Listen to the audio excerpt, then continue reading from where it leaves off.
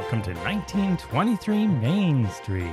Home of the Daddy-Daughter Disney Travel Podcast. We are your hosts. I am Mike Belobradic. And I'm Amelia Belobradic. And today, we're going to be talking about the Disney Vacation Glow. And the Disney Vacation Glow, what is it? Is it actually such a thing? I think Yes. it is, but we'll discuss today. You know, I've been reading a lot of these trade magazines now. Of course, travel's been hit hard by the pandemic, and now things are starting to come out of it, and cruise ships are trying to get going again and all this stuff. And there's all sorts of destinations around the world. But it dawned on us, there's a glow effect to Disney vacations that we think doesn't always apply to every destination you go to. So, No. what is the Disney vacation glow? Why is it different at a Disney on a Disney holiday? Or is it? Let's discuss this. And I would even go so far as to say there is a pre-glow and a post-glow. I think the pre-glow could almost be, no. Well, let's think about how would you define pre-glow, if I can put you on the spot. How would I define Yeah. I don't think anyone else has as much pre-glow as I do. But let's just say I have bags packed over 2 months in advance. I have countdowns from 126 days, 18 weeks, and I know the seconds before Disney. I have lists. I make videos. But 126 weeks would cover for us normally, not pandemic, but I two meant days. 2 or 3, even 126 days sometimes we would have 2 vacations, Disney vacations. Within tacked in 18 there. weeks. So you're basically, well, sometimes usually in a non-pandemic year, we go in March, we go again, sometimes twice in the summer, right? July, August. What I have is called an addiction.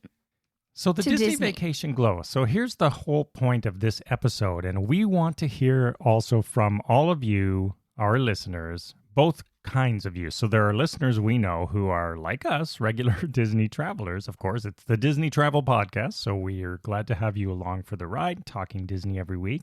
But we also have new Disney travelers who listen, and sometimes they're listening because they're just planning their first vacation. So do you get a glow with your first? I think the pre-glow starts with the planning. Yeah, I don't think... Well, can you get a pre-glow if you don't know what the glow is? Well, that's a good question. So that's why I said, how do you define glow? So here's how I want to differentiate it. Let's talk about a trip like to the Outer Banks, okay? Or even a local trip, renting a cottage on a lake. Oh, yay. So you still go through the planning, you book the resort, you look for It's not as fun. dining. But what is the difference of that kind of vacation plan versus a Disney vacation plan? And is there a glow on both or no? When you go to Disney, you're actually excited. Well, I'm excited for every vacation, aren't you? But you know what I think it is? It's the Disney magic, right? Well, for me specifically, because I've gone so many times, it's more the anticipation. Yeah, Like, that's a good way to put it. Not because you are feeling the glow, but it's more the anticipation of the glow to come later that is getting you the glow in the pre-vacation stages. So you're anticipating that magical feeling. So you don't have the same sort of glow for other places. No. You're still looking forward to going away, I assume. Well, yeah. But not with that magical glow. And that's the difference. There is a glow to Disney vacations. Can you explain it with science? I can't. Well, maybe I don't know. Well, Okay, I don't know go. enough about science. Now you're putting me on the spot. I was an English major, although I did take some science courses, but I am not a scientist. So unfortunately, I cannot. But it would have some sort of trigger reaction. Something's firing in you that's giving you that warm feeling that one associates with a Disney vacation. And if it's your first time and let's assume you like Disney if you're going there. Or maybe your parents are forcing you and you will be proved wrong very soon. There's might be a few kids who don't love it and are going, I know but people that don't want to go to Disney. I think those people are very wrong. are they kids? Yes. Do you think they really don't want to go, or they're just saying they don't want to go because they're not going? I have no Or idea. is it Disney glow denial? That's not a thing. Is that another episode? It could be a thing. It could be a thing if you think of Disney glow as being the anticipation of going, the excitement, Yeah. the planning, even though it's stressful. Well, if you're not doing it, it's not stressful, but I think these people do not have the denial. I think they don't want to go, but they are wrong. Yeah, there's a lot of misconceptions They're about wrong. Disney vacations, specifically Disney World or Disneyland, where people think it's a small world over and over again. When there's people like you, oh, that's the first thing to do. This is why people think that. Hey, are you talking about the last episode or 2 episodes ago, whatever it was? Perhaps. Well, it was the last episode, and let's not go back to that episode. So the pre-glow, what actually creates the glow?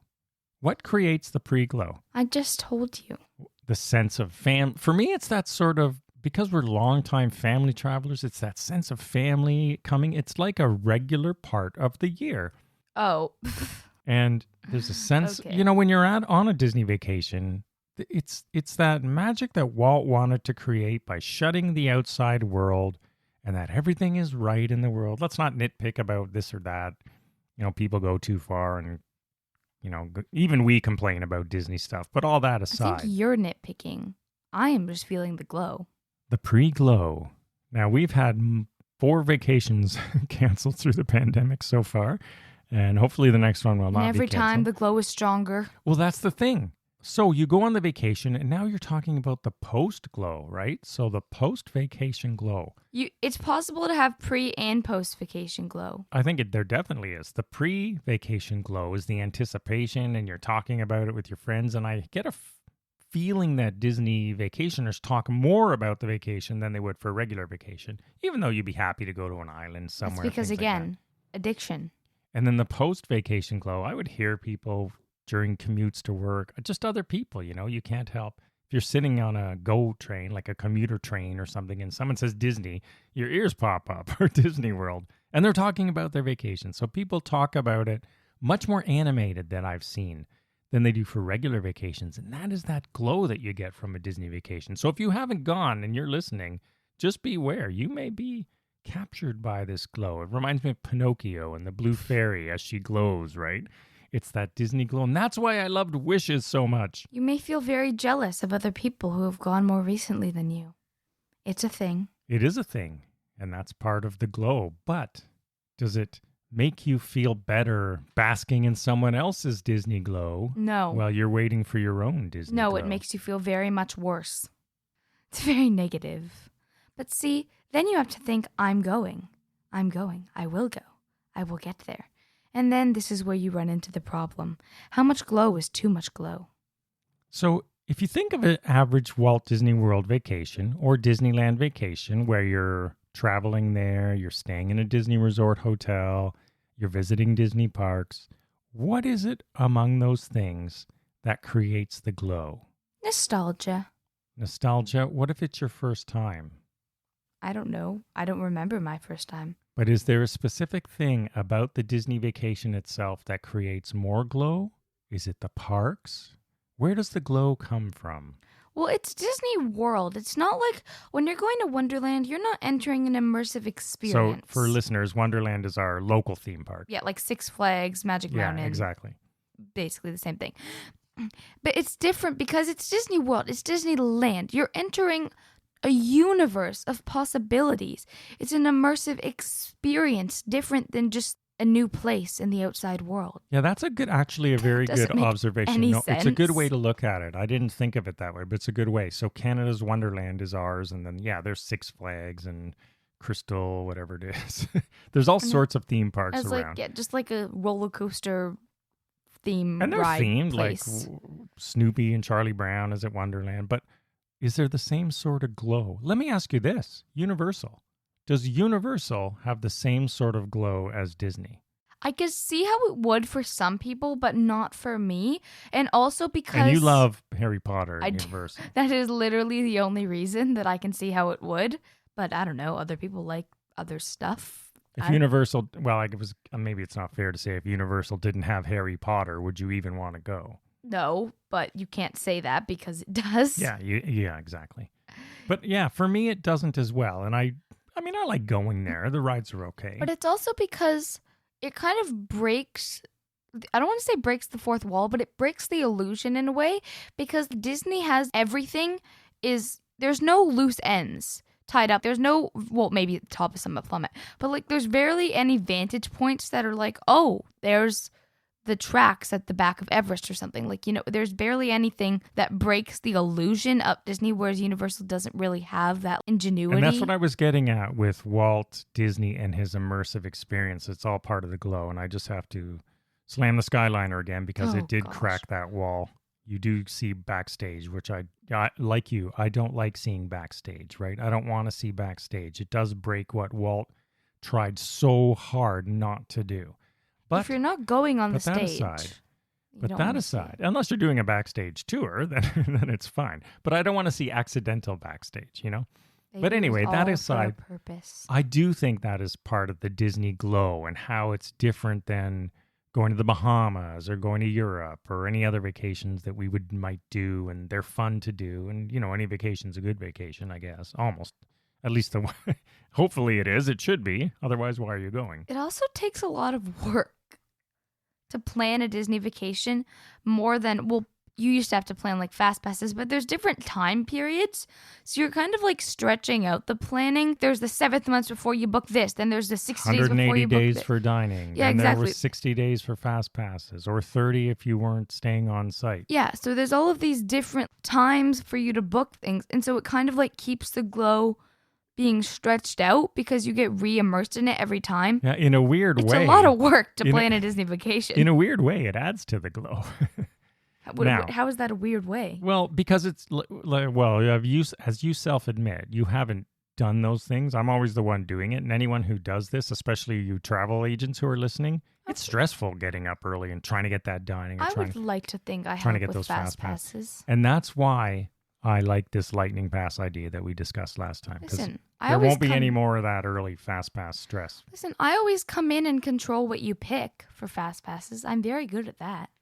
Well, I consult with you as any good parent would do. See, what I do is I just give a list of things that I would like to go for dining, and then you get up early and do the work. It's a very good system. That's true. So it all gives to the pre-glow. And then you're on the vacation itself, and you're just basking in the glow because you're there. You're not really thinking about it. And then comes that morning, checkout day. Hate that morning. And we never took the Magical Express for this very reason. They made you leave 4 hours before your flight or something ridiculous. That's just one of the many reasons. But the Magical Express is gone or going away. And there'll be other bus transportation, I guess. Maybe they'll still want you to leave 4 hours. But regardless of whether we were driving ourselves or taking an Uber or limo or even Magical Express, departure day is when the glow starts to hit. And then the bubble gets burst a bit, doesn't it, on departure day? Sometimes we like to get a flight maybe around midday so you can get that early park run from staying in a deluxe resort within walking distance to a park, of course, as we always recommend. But then you get home, right, wherever you're traveling home to, and you're unpacking, but hopefully you're looking at all your things. When does the glow kick in? Right away? What do you mean, the post? The post-vacation glow. You're thinking about the trip. You start talking about your friends about the trip. Usually we bring some stuff home for our Disney Resort North that we've created here at home. And 2 to 3 days later. It kicks in? When you start to miss it. Okay, that's what I was getting at. So you start to miss it, and then the glow starts to carry you through. This is what happens. This is my traditional Disney vacation. First few days, I'm like, yes. I mean, it will be very different when I haven't gone. I'm dying. It's fine. But when you get there, you're like, yes, I'm in Disney. Everybody, look at me. And like on the last few days, you're like, I miss my pet. I miss my bed. I want to go home. Yeah, we do miss our kitty, Minnie. And then you get home and you're like, this is awful. I want to go back. What did I miss? But how long does the glow? I guess we know how long does the glow last? Almost 2 years, my friends. I would say the glow could almost last forever, right? Almost 2 years. What would stop the glow? And you know what? Disney closing. Yes, that would definitely stop the glow. I think it's more pre-anticipation glow. And I know some people who hadn't gone for a long time. You know what the glow is like? It's like an ember in a... slowly trickling out. Slowly burning down. But then as soon as you go back, even if it's been 5 years, it's reignited, right? It comes right back into flames and the whole feeling comes rushing back. So I really think that this Disney vacation glow is much different than any other travel destination there is. And I'm just reading this from right now, as I was talking off the top, people are booking travel again, not just Disney, but all sorts of travel. It's starting to come back. But the way people are talking about it when you monitor social media, it's sort of what gave me the idea thinking about this glow, because the Disney people are so animated about it. And Some of us Disney people have nonstop shut up about Disney. what was that? I don't know what I just Yeah. Not how have that's- not stopped talking. I was going to say that's an oxymoron. Non-stop shut up. I guess maybe it's not, because non-stop you maybe sounds like you keep going. But No, then I have shut up. nonstop talked about Disney, at least in my head. Well, we do the podcast every week, so that's helped to carry the glow along and hopefully bring the glow to others of you who are eagerly awaiting to get back on your regular schedule of Disney travel. Regularly scheduled programs are always great. Okay, so let's pretend you're talking to someone who's going on their first Disney vacation. You know, it's normal to get excited and they're thinking about the glow. Is there anything you would tell them to be prepared for the post-glow? The post-glow? I think you need souvenirs. I think you need to get at least one souvenir that you can hold on and just look at it and relive the memories. And that'll get you for at least a good 2 years, my friends. You know what I was thinking of? We did an episode a while back on how a Disney vacation will change your life. And it sort of is related to this glow. And what I was getting at is whether or not any of you people who are listening to our show, and thank you for listening, who are planning your first vacation, you need to know about this glow, because your life may never be the same after you get back from this vacation. Well, that could take a very dark turn, my friend. Well, I mean, from the Disney glow perspective. You will be captivated and never return to your normal, intelligent life. You start to get this yearning to go back, right? It draws you back. And for us, it comes from that sort of family. For I was me, joking anyway. when I said it was an addiction. Oh, you were joking or you were not Well, I joking? wasn't, but not for everyone. What's not an addiction? A Disney vacation? Yeah. It's true. There is a small segment of the population, I'm just guessing that unscientifically, that can just go on a Disney vacation and take it or leave it. But I would guess that those I'm individuals... concerned for those individuals. Well, they're probably not Disney fans as much outside of the Disney World experience. I mean, for me, That Disney is very World... sad. For me, Disney World and Disneyland Paris and all of them, and even Alani or Disney's Vero Beach Resort, they do what Walt originally intended to do, which was bring the Disney experience to life. His whole idea for Disneyland was he had been doing all these movies, and now he wanted his fans to become... His fans. Well, his fans of his movies to become part of the movie. That's what he wanted to create. His whole Become his army of fans. Well, his Disneyland idea was you are now in the movie, right? That's why they're called cast members and all this sort. You're part of the movie. Oh, I just got You that. just got that after you must have known that before and forgot. Nope. But that's why they're cast members, because they're part of the cast. You are like an extra in the movie or a special guest. Excuse me, an extra? An extra, really? Don't you think that would kind of ruin the experience a bit? Why? An extra? People want to be extras, and people line up to be extras in movies. So when you go on a Disney vacation, you are at the very least, and sometimes you can be more when you're thrown on stage in something. But that is all part of the glow, and that's why it's different than Universal, for one thing.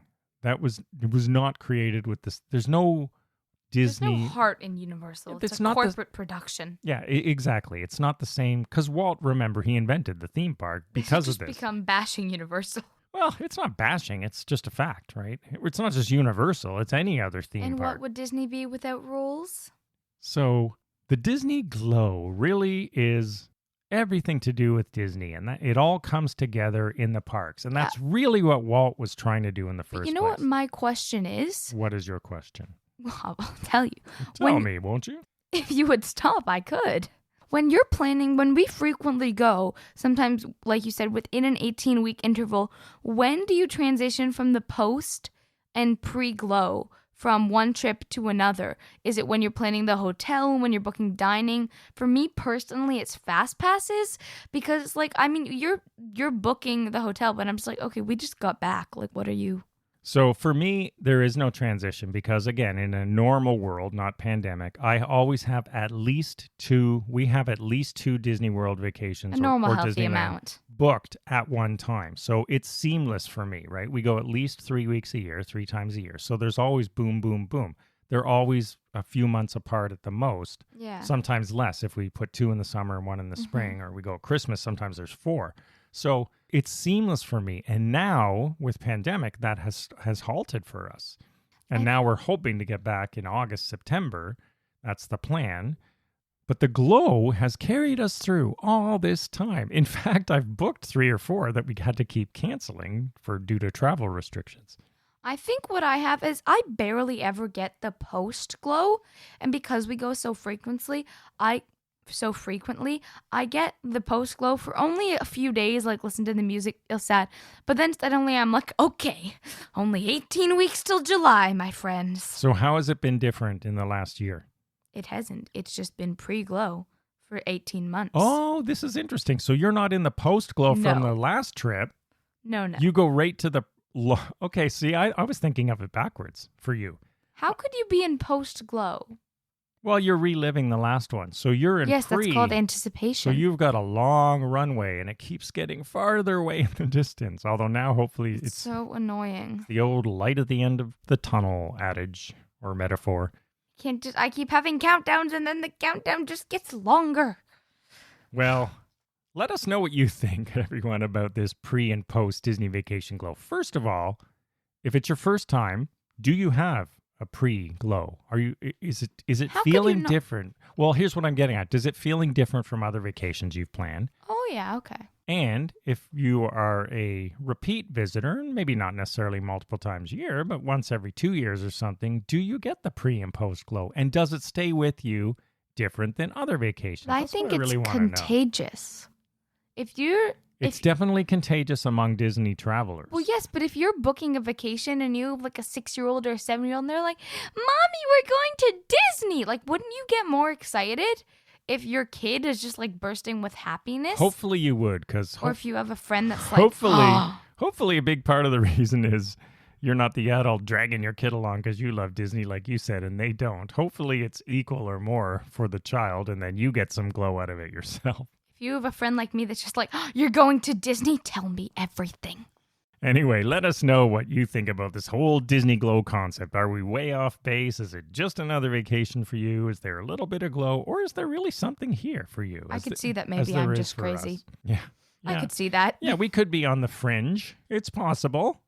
I won't say for sure, but it's possible we're on the fringe. We're not the craziest of crazy Disney travelers. Well, you might not be. Yeah, at least not when we're there. All right, everyone. We hope you enjoyed this episode. A little bit of talk about Disney travel as you're starting to plan Disney Glow. And you know what? If you like these episodes, and if you like this episode, please feel free to give us a 5-star review on Apple Podcasts or things like that. We don't monetize the show. We don't fill it with commercials. We want to keep it nice and clean for you. So 5-star reviews really helps us out.